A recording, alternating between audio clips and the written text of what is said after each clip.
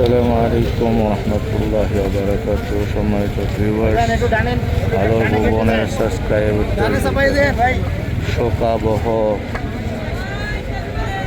পরিবেশ থেকে জানাচ্ছি আজকে 20 ডিসেম্বর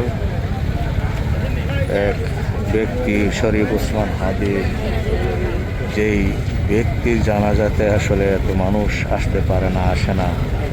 এই চতুর্দিকে গণমানুষগুলো এই যে দেখতে পাচ্ছেন, ডানে বামে সামনে পিছনে লাখো লাখো মানুষের জনস্রোত।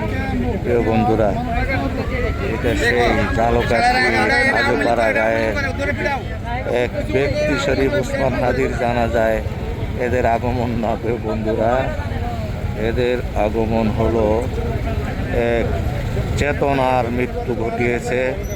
এই বাংলাদেশের প্রিয় জন্মদেশের নোংরা রাজনীতির শিকার এবং স্বার্থান্বেষী মহল, দুর্নীতিগ্রস্ত দুর্নীতিবাজ রাজনীতিদের দীর্ঘদিনের সুদূর প্রসারী ষড়যন্ত্র এবং প্ল্যানিংয়ের তাকে ব্যক্তি হাদিকে হয়তো মেরে ফেলতে পেরেছে, কিন্তু এই বাংলাদেশের আপামর জনতা জনসাধারণের চেতনাকে আসলে মারতে পারেনি সন্ত্রাসীরা।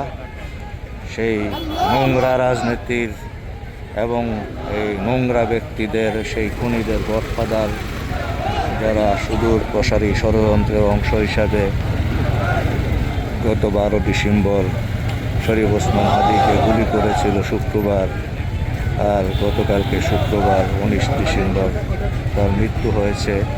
কিন্তু এক ব্যক্তি হাদির মৃত্যু মাধ্যমে হাদির চেতনা শেষ হয়ে যেতে পারে না, প্রিয় বন্ধুরা।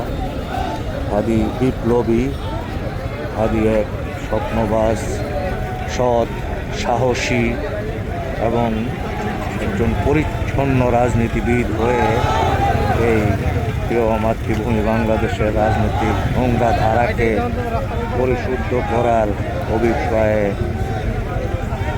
হাঁটি হাঁটি পা পা করে এগিয়ে যাচ্ছিলেন সম্মুখপানে, এবং অল্প দিনের মধ্যেই গোটা দেশের লাখো কোটি মানুষের হৃদয়ে স্থান করে নিয়েছিলেন। আসলে মূলত হাদির স্বপ্ন ছিল বাংলাদেশের 56,000 বর্গ মাইল হেঁটে হেঁটে এই দেশের মানুষকে সচেতন করা। সে হয়তো 56,000 বর্গ মাইল তো দূরের কথা, বিগত 1.5 বছরে 56 কিলো, শুধু 56 কিলো পথ হাঁটতে পারে নাই।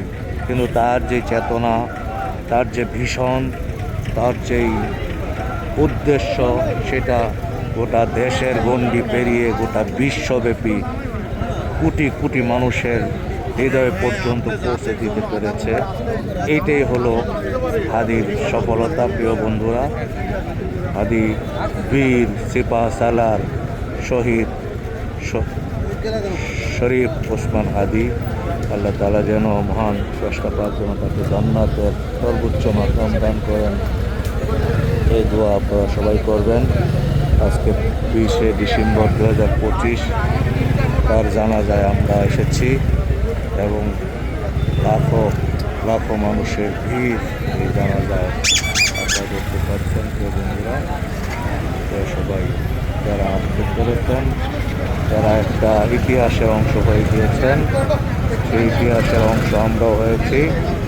আর যারা আসতে পারেন নাই, তারা সবাই দোয়া করবেন আমাদের বীর সিপাহসালার শহীদ ওসমান হাদির জন্যে, পাশাপাশি তার যে ভীষণ, তার যে সততা, তার যে সংস্কারের আন্দোলন ছিল, সেই সামনের নির্বাচনে তার সব স্বপ্ন পূরণে সৎ যোগ্য প্রার্থীকে আপনারা নির্বাচিত করবেন, এই কামনা বিদায় নিচ্ছি, প্রিয় বন্ধুরা। জাতীয় সংসদ ভবনের সামনে থেকে আপনারা দেখতে পাচ্ছেন দেশের বিভিন্ন প্রান্ত থেকে মানুষেরা নারায়ে তাকবীরের ধ্বনি উচ্চারণ করতে করতে জানাজা প্রাঙ্গণে এগিয়ে যাচ্ছে। আমরা তাই চলে এসেছি জানাজা প্রাঙ্গণে। এখানে দল মত নির্বিশেষে বিভিন্ন বয়সের মানুষ, বিভিন্ন শ্রেণী পেশার মানুষ নিঃস্বার্থভাবে এক বীর সিপাহসালার হাদি চেতনা হাদি, বিপ্লবী হাদি, যে হাদির বিপ্লব থামানো যাবে না, সেই জানান দেওয়ার জন্যেই এই অসংখ্য লাখো মানুষের জমায়েত। বন্ধুরা সবাই ভালো থাকবেন, আলো ভবনের সাথে থাকবেন, এই কামনা বিদায় নিচ্ছি। আসসালামু আলাইকুম রহমতুল্লাহ।